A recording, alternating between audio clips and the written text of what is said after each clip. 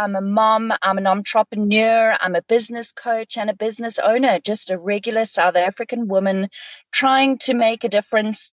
You might be incredibly good at what you do. However, you don't understand how to run the business, or your focus shouldn't be on running the business. And I then moved into my own business, delivering the services that I could see that these lawyers and doctors and graphic designers were battling with. I paid for my own studies. I went through an abusive relationship. I had a marriage that didn't work out, but through it all, I pushed to succeed and made sure that I didn't step on anyone else in the process. And I've helped people up where I can.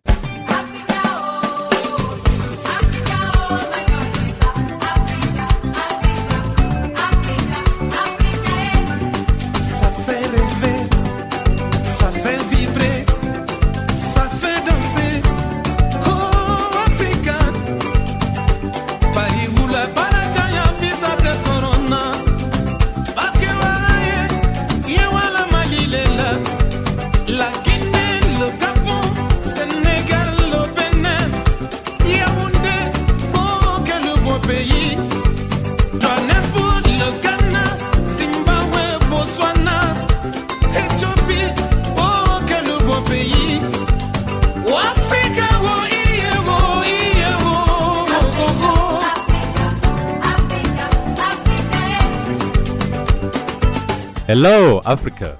You're listening to 1000 African Voices. I'm your host, Aburengwi C, coming to you from our Johannesburg studios.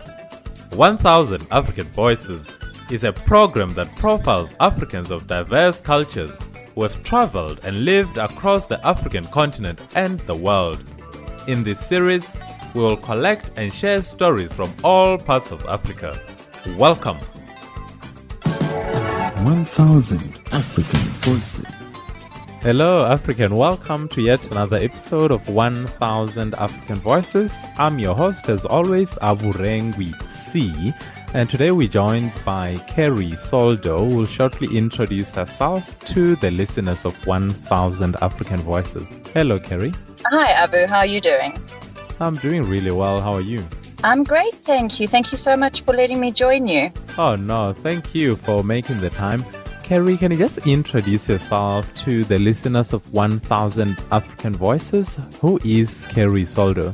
That's a question that many people cannot answer. Who am I? I'm Keri Soldo. I'm a mom. I'm an entrepreneur. I'm a business coach and a business owner. Just a regular South African woman trying to make a difference, trying to help people along the way. And that's who I am.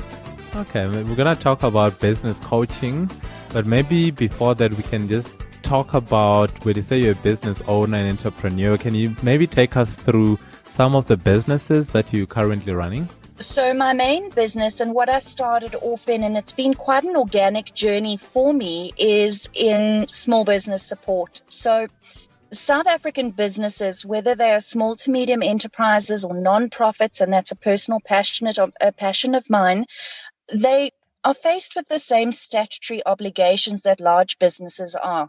And they really, really do battle. And the business that I started off with was accounting, human resources, legal, executive secretarial, and virtual assistants. And those are services that no matter how big or small you are, a business in this country will need at some stage of their business cycle. Okay, and how long have you been in business? Is it something you've always been doing, or did you switch at some point from, say, corporate to running your own show? So I started off, I left home when I was 17 and I studied through UNISA, and I started off as a receptionist in a law firm and working for absolutely genius lawyers. I realized that there was a gap where you might be incredibly good at what you do.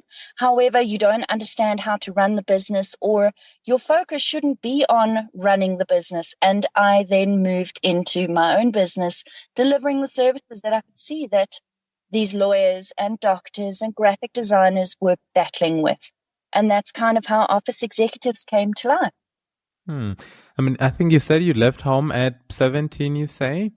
Yes. I want to come back to the business side, but I find that it's always helpful in understanding or trying to understand Keri Soldo. It's always helpful to go back a bit in time and understand your background, where you grew up, how you were raised, and maybe some of the early childhood memories that you carry.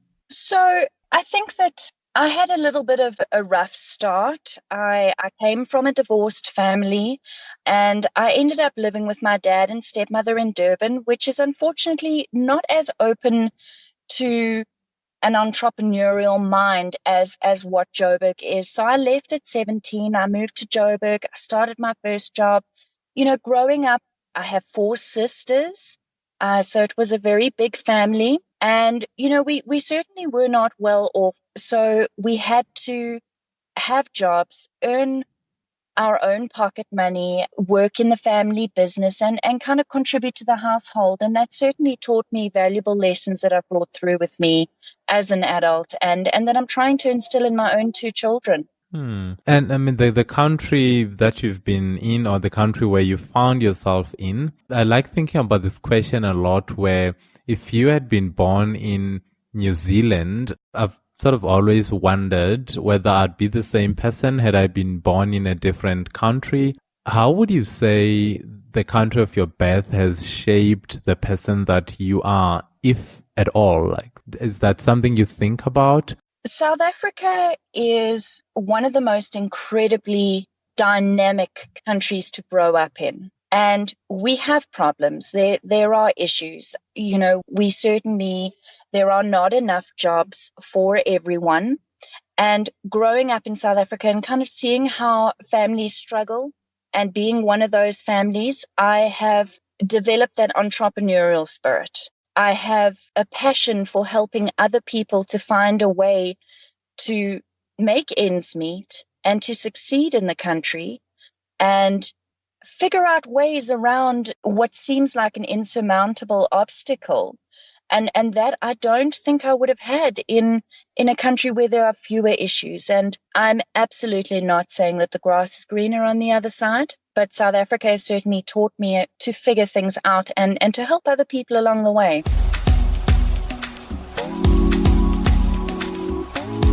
Yeah, I really like that. There's so many questions within not only your background, but your profile as a whole.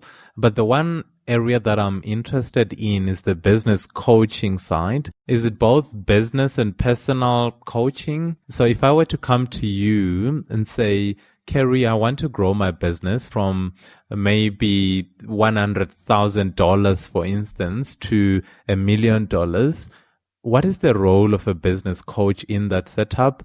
Is it you helping me grow my business, making it more profitable, or is it you coaching me to be a better business owner, so to speak? And I know that the two sort of go hand in hand. If you can just take us through the process and the whole concept of business coaching.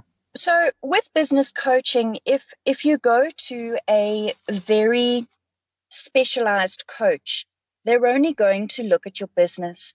And what I've found with a lot of my small business coaching clients is that the blocks that they are experiencing, the reason the business isn't growing, the reason they are too scared to go out and bang on doors and drum up business and try something new, actually comes from a personal block. So we need to figure out where you are, where you want to be in your business. And if there is a personal issue, we need to deal with that. A strong, independent, courage-filled individual is one that succeeds in business. So they go hand in hand. Okay. So maybe walk me through, I'm trying to think of an example where my business is struggling. I think you're saying there's a link between how strong-willed and courageous the individual is and how that then contributes to the success of that business. In a way, I think what you're saying is you cannot divorce the success of the business from how balanced the owner of that business is. At least that's what I'm picking up. Is that a fair comment to make? Absolutely. And There may be business owners, and each coaching session runs completely differently. We follow a very fluid process. As we find issues, we resolve them. We set your goals, you're not reaching them, we try and figure out why, and we resolve those issues, and then we take a step forward. If you feel like you are 100% in the right place to grow your business, but you're just not quite sure how to do your digital marketing, I can run you through the process and ask you the questions. What have you tried? What haven't you? Have you done research on your competitors? So we can deal with the isolated business issues you may be experiencing if you as a person are ready for the next step in your business. And we might have to step back to the basics. And, you are possibly a workaholic, but not organized enough with your time. You feel torn between your family and your business. So when you're at work and you're trying to grow your business or expand into another area, you're feeling like you should be at home.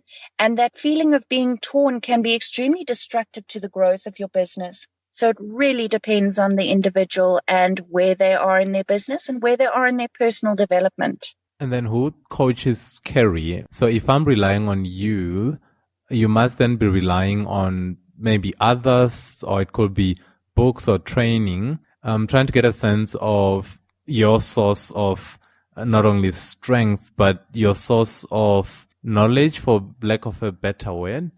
Who trains or coaches you through your own problems? So I have certainly done, coaching is one of those industries where you don't have to be qualified. There are coaches on every corner in Johannesburg. I have done 2 different courses through international organizations, so I am accredited. And from a personal level, I truly believe that we face challenges on a daily basis, and we need a mentor, someone who has been through it themselves. And for me, that is, don't judge my ex-husband. He's an incredible businessman. Everything he touches is an absolute success. He's incredibly qualified. He's got a doctorate in finance. And I believe that every person who is starting a business or in their careers, working their way up the corporate ladder, needs to have a mentor or a coach, someone they can bounce ideas off of, someone who keeps them motivated when you're tired, because it is an uphill battle at times.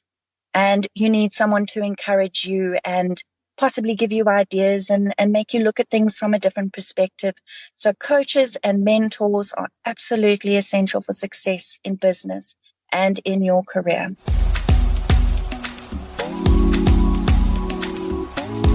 Yeah, I really like that a mentor can help you look at things from a different perspective.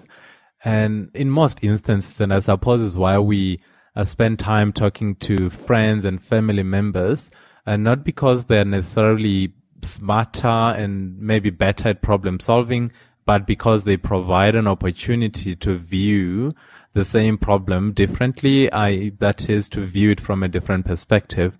So I'm sort of underlining the value of having a mentor, a coach, or someone similar, so that you can look at an issue from different angles.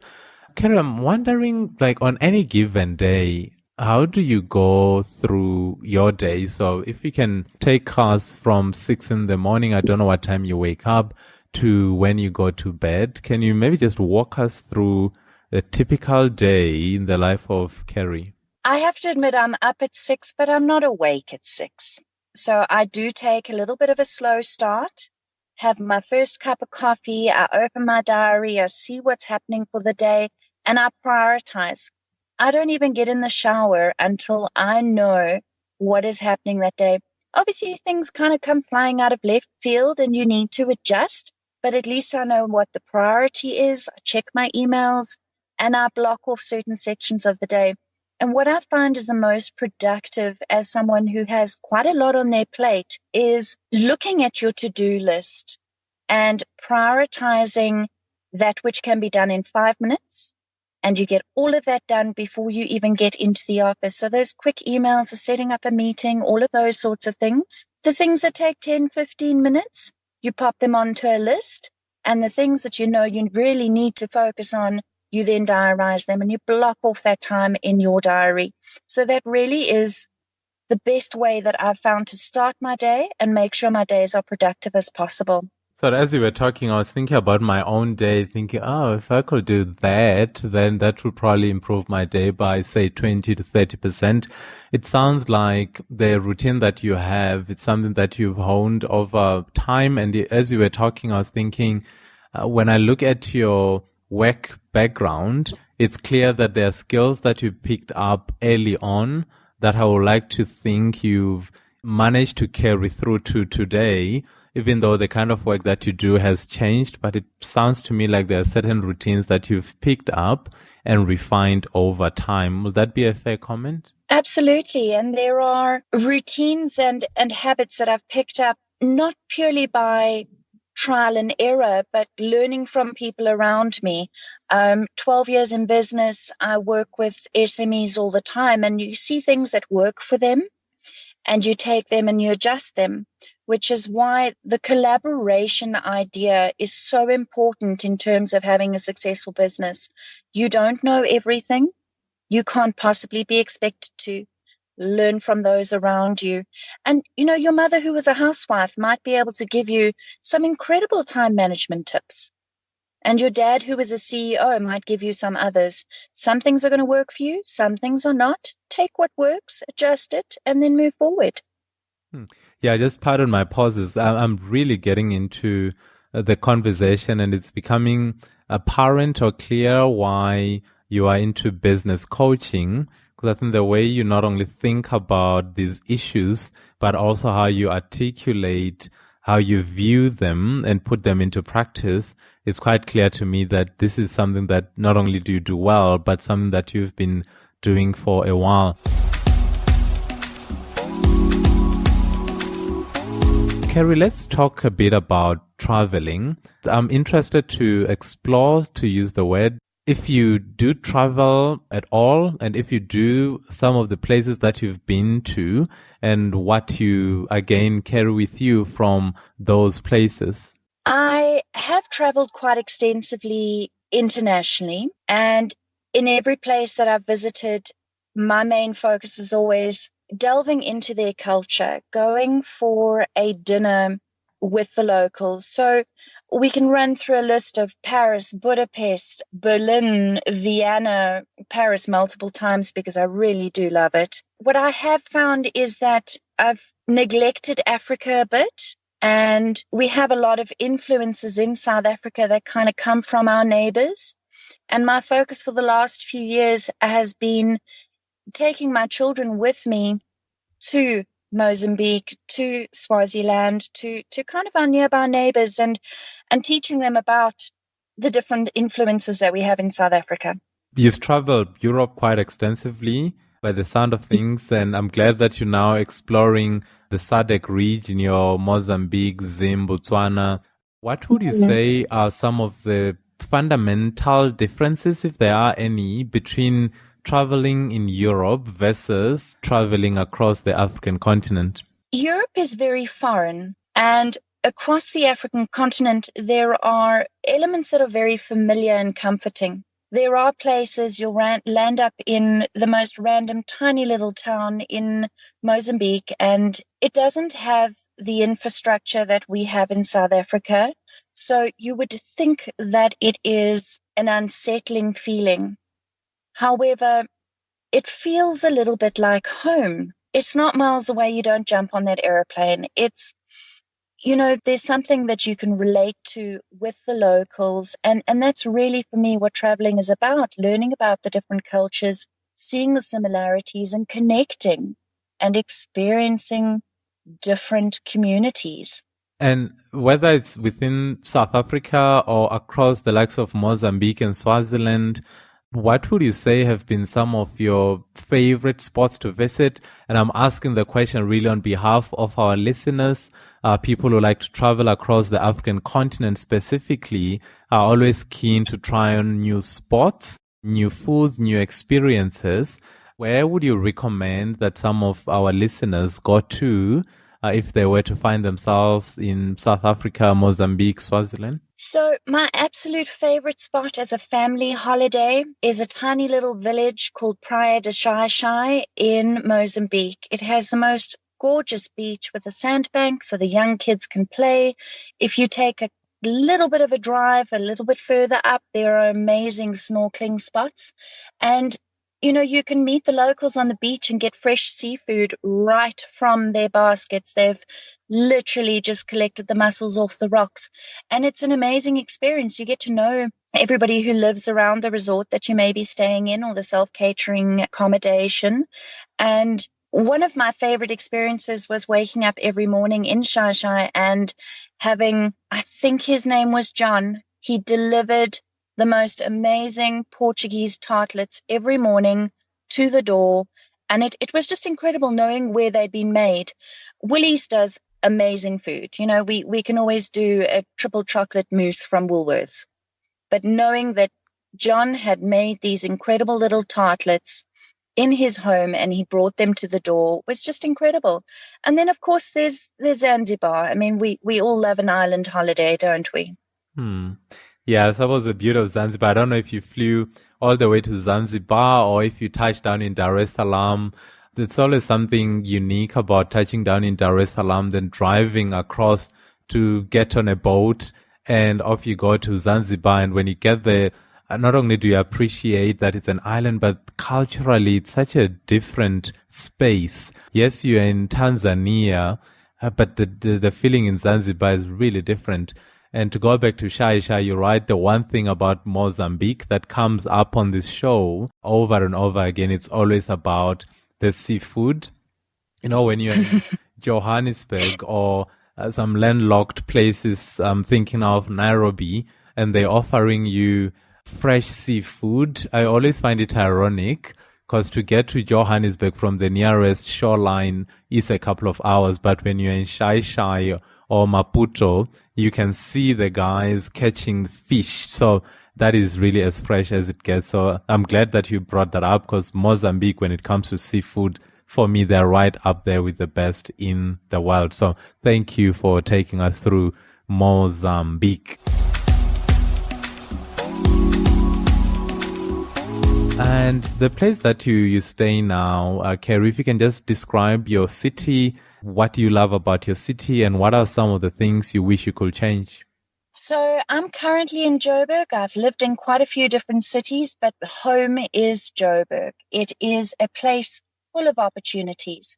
Whether you want to climb the corporate ladder or you want to be an entrepreneur, the opportunities are endless. We have an incredible amount of people that are not native Joburgers. So if you are from Durban like I am, there's familiarity in those people that have now moved. There's a very common mindset in Joburg, and we work very hard and we play very hard. So it's an incredible place to have a business. It's an incredible place to start an entrepreneurial journey. We have theater, we have fine dining, we have mountains that we can access within a 20-minute drive, we have rivers, we have velds, we have absolutely everything so close to us. The one thing that I would change is, we are going through quite an eye-opening experience with crime. It's been on the rise for a couple of years. Not much is being done about it. And it is a concern, especially as a mother. What has scared me the most in the last couple of weeks has obviously been the outcry. It's not that I didn't know it was happening before, but the violence against women and just generally the universal problem of gender equality. Okay, it's interesting that you touched on that. And I know in South Africa recently went through a Women's Month around August, and it's really when women's issues are talked about, not that they're not talked about on an everyday type basis, but around August you can really do a deep dive into issues that affect women. Specifically for you, Keri, when you talk about gender equality, what specifically comes to mind for you? What are some of the things that you feel that women don't either have access to or where they are being marginalized? On the surface, there have been massive improvements. But when you dig a little deeper, especially in the corporate world, you do see that there are still issues which are there and have not been dealt with. Salaries, makeup of boards, the way that a woman is treated if you walk into a board meeting, and this happened to me recently, you walk into a board meeting and the tea and coffee arrives and people look at the only woman in the room. I may or may not be more qualified than you. I might be in the middle of giving a presentation, yet people will look at the woman in the room when the tea and coffee arrives. And it's not every board, but it still happens. No, it's such a sad reality. And you would think and hope that in 2019, things like those will not be happening.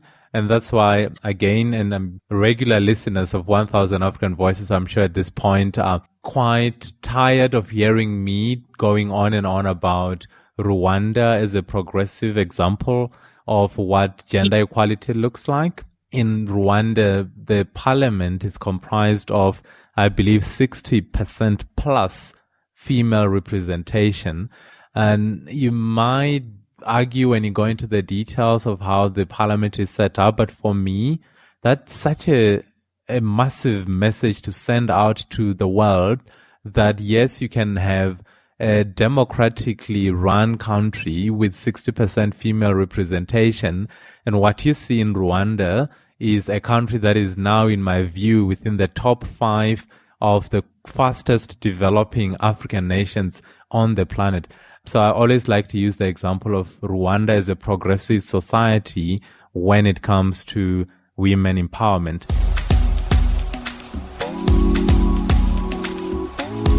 Keri, as we're about to wrap up, I'm wondering, when you're not busy or you're not running your business or going through your business coaching exercises, is there any time left for yourself? And what I'm really asking is to check in with you if you have any hobbies, books that you read, maybe movies that you watch, or even music. What do you do to sort of let your head down when you're feeling a bit under the cosh? I don't have much time left once I've finished my day. And the time that I do have left, I spend it with my 2 boys. I have twin 9-year-old boys, and they are absolutely beautiful. And they are 2 of the people that are going to be the future of this country. So we love doing things, outdoor markets. They're little muso enthusiasts themselves. So outdoor music festivals, and we've just started doing the warrior race runs together.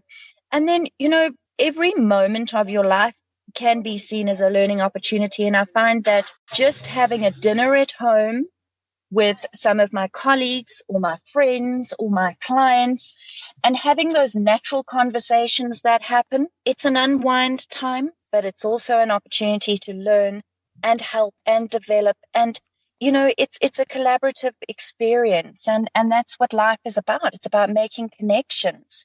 And that could happen in the boardroom. It could happen at the dinner table. It could happen at the local restaurant when you happen to strike up a conversation with the person next to you. So I find it relaxing and rewarding. And when you're having these dinners and you're hosting friends, typically what's on Keri's table? So if I were fortunate enough to find myself around that dinner table, what will be on it typically? The offer is always open. I'm just throwing that out there. I love having new people for dinner, so you're welcome to my house anytime. Generally, I am an absolute sucker for fresh ingredients and things like that, and my favorite dish to make is paella. So a whole lot of seafood. As you said, unfortunately in Joburg, it is not fresh, but some whiskey flambéed, sausage and the rice and the chicken, and it's just absolutely incredible. And I'm a master with anything meringue. All right. Yeah, no, I suppose now you've got a problem because you've made an offer to our listeners and you've just described what sounds like an absolute mouth-watering experience. So yes, good luck. There will be people knocking wanting some of that paella. So we'll obviously be the judge of how good you are, but it sounds absolutely delicious. As long as we stagger the invites, I'm happy to cook for the whole of Joburg. And if you travel in, there's a bed to sleep in. As long as we stagger the invites. All right, Keri, just to check, is there anything else that we perhaps have not covered? Something you wanted to say? Maybe a message that you would like to leave with our listeners? I would like to leave some last words of encouragement. I left home at 17. I paid for my own studies. I went through an abusive relationship. I had a marriage that didn't work out, a divorce that worked out really well. As I said, we're good friends. But through it all, I pushed to succeed and made sure that I didn't step on anyone else in the process. And I've helped people up where I can. There is no reason for anyone to not succeed, no matter what the obstacles. Find a mentor. Ask for advice, do some coaching, do some online free courses, upskill yourself, and there is no reason you will not achieve your dreams. Absolutely love that ending. And I know we're talking about food and it sounded like really good fun, but I love how you've chosen to end this interview, especially in not only Africa, but if you look at your own country specifically, with an unemployment rate of, if you use the narrow definition, say about 28%. But if you really open up the definition, now you're looking at close to 40% unemployment. So to leave the conversation with those words of encouragement, I find, and I'm finding that to be so appropriate. So thank you for sharing that. And thank you for taking us through your own life experiences, to take us through some of the lessons that you've learned, the challenges that you've faced, but to come out of it and say, you have absolutely no reason to not succeed. I mean, as long as you're breathing, there's always an opportunity that you can take advantage of. So from myself, Keri, it's been an absolute pleasure to listen to you taking us through Mozambique, Swaziland. You took us to Europe, then you took us to the kitchen, and that really became a mouth-watering experience, as I was saying. So this has been an absolute pleasure. So Keri Soldo, thank you for making the time. Thank you so much for having me. It was an absolute privilege and a lovely, lovely experience chatting to you. And I really do hope that your listeners are able to pull something from this.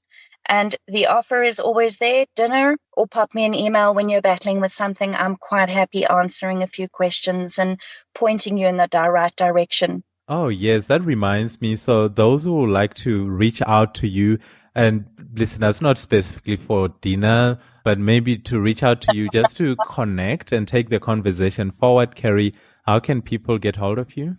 So my business website is www.officeexecutives.co.za, otherwise soldocoaching.co.za. My email address is on there, my LinkedIn is on there, and honestly, pop me a message on any medium you're comfortable with, and I'll get back to you. Lovely. Keri Soldo, it's been an absolute pleasure. Thank you for lending your voice to our project, the 1000 African Voices Project, where we attempt to record and share 1,000 African voices. This has been lovely. Thank you, thank you, thank you. Thank you so much. 1000 African Voices. You've been listening to 1000 African Voices. Please join us next time as we bring you yet another African voice. 1000 African Voices is produced by Aburengwi C. Sam Ganich is our sound engineer, with our head researcher Jones Maleka. The intro soundtrack for the show is by the legendary Salif Gator from his 1995 album Forlorn. The song you're listening to right now is by Chronix, and the title of the song is Legend. For more information, including the contact details of our guests, please visit us on our website www.1000africanvoices.com. You can also subscribe to our show on iTunes by searching for 1000 African Voices. We are also available on Stitcher, You can find us as well on Podbean. The only thing we ask of you is that you subscribe to our show by logging on to 1000africanvoices.com and click the subscribe button. That helps us grow, it helps us keep producing and bringing to you more African voices. Until next time, Kungana Africa, and take care. Being an ordinary person doing what's right. Yesterday at the football game, a little girl asked me my name. She said, "Sir, I've seen you before, tell me who are you?"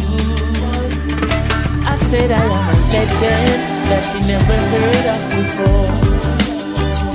I said, "I am a lion, but you never heard me roar. I am a hero that nobody celebrates.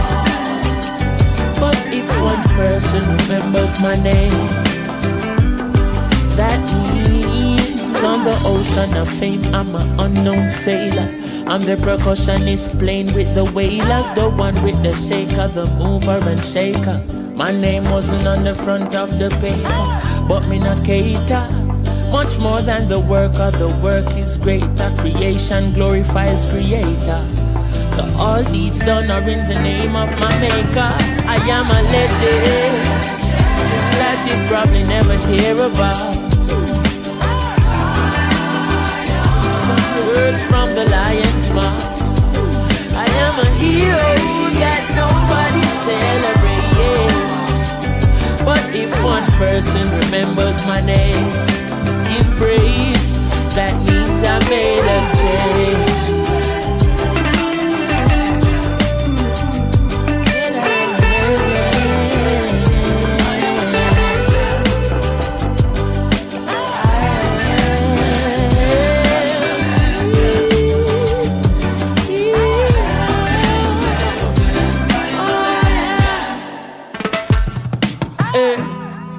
Story of my life, ordinary person just like you.